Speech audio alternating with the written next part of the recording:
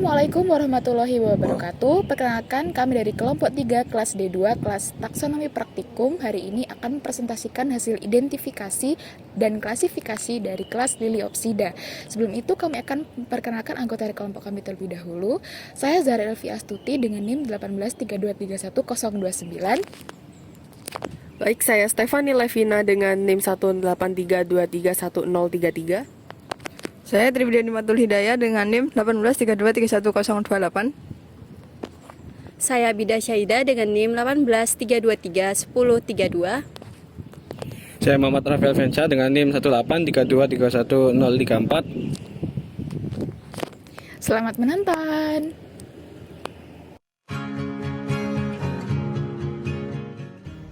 Musa acuminata dikenal sebagai pisang liar atau pisang batu yang merupakan spesies asli yang tumbuh alami di Indonesia.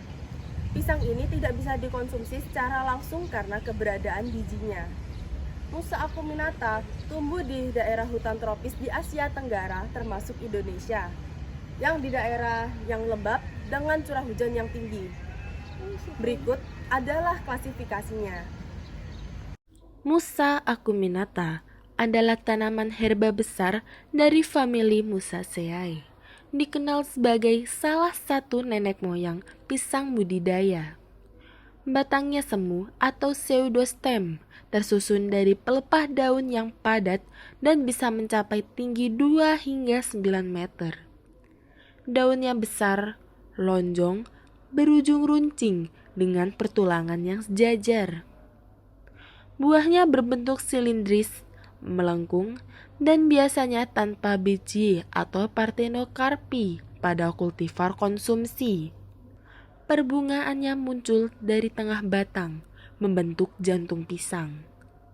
Bunga betina di bagian bawah berkembang menjadi buah, sedangkan bunga jantan ada di ujung. Costus woodsoni atau yang dikenal dengan tanaman jahe kancing merah termasuk jenis tumbuhan herba tegak menahun yang tingginya mencapai 1-3 meter.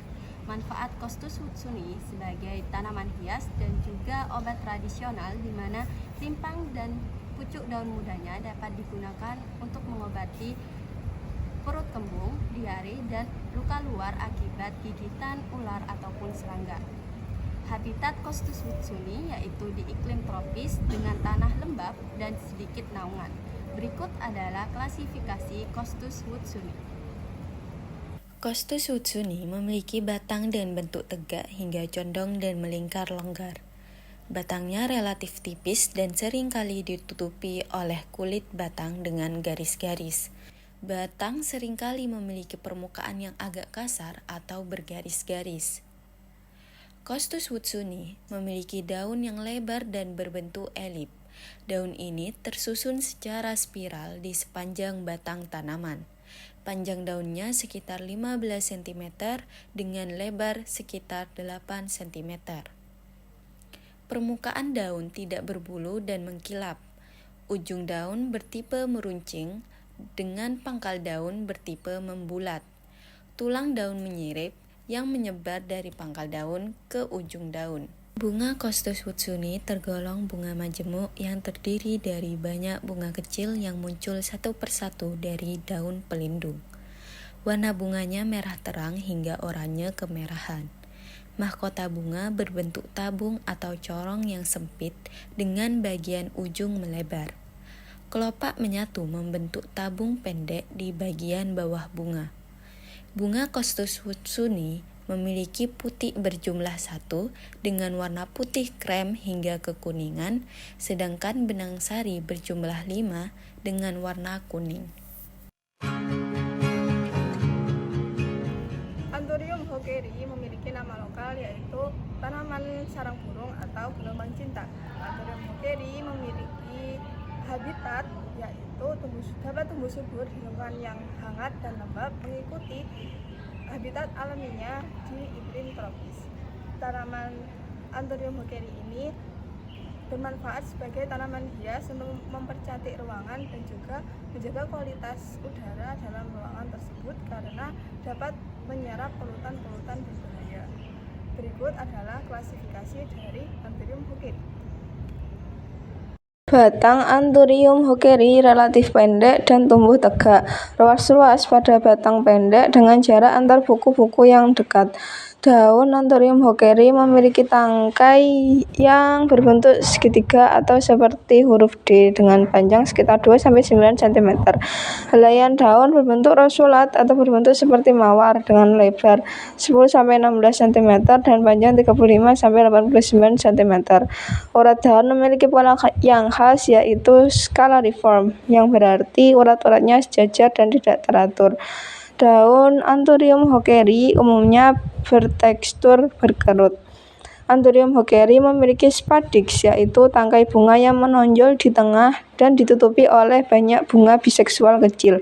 Bunga dikelilingi oleh spate, yaitu serudang berwarna-warni yang mengelilingi spadix. Menurut Bratinika, bunga Anthurium hookeri adalah bunga biseksual, yaitu memiliki organ jantan dan betina dalam satu bunga. Tumbuhan Liliopsida berikutnya adalah Heliconia sitacorum yang disebut juga sebagai supit udang. Tumbuhan ini berasal dari kawasan tropis dan biasanya tumbuh di kawasan tropis juga. Tumbuhan ini merupakan semak tinggi yang biasanya dimanfaatkan sebagai tanaman hias. Berikut adalah klasifikasi tumbuhan Heliconia sitacorum. Heliconia sitacorum memiliki batang semu yang terbentuk dari pelepah daun yang saling membungkus rapat.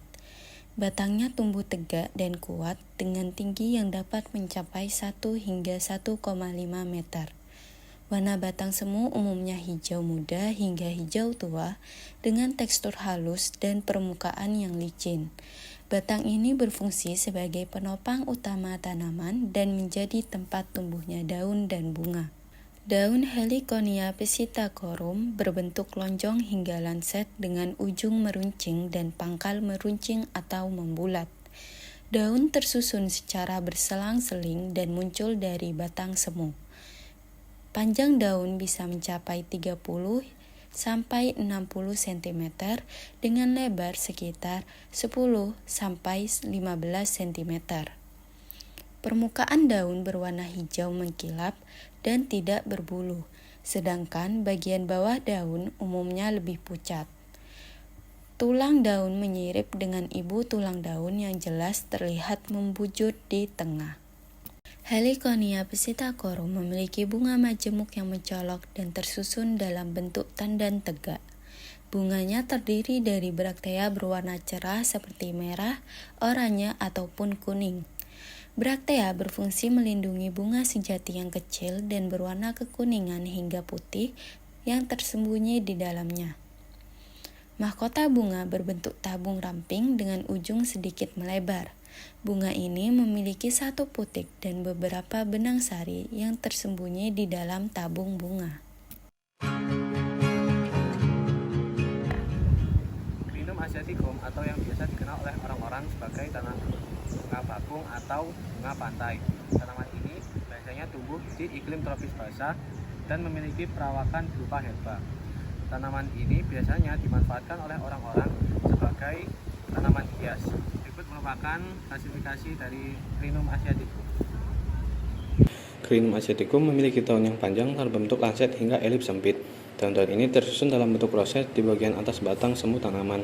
Panjang daun berkisar antara 50 hingga 150 cm dengan lebar antara 3 hingga 20 cm.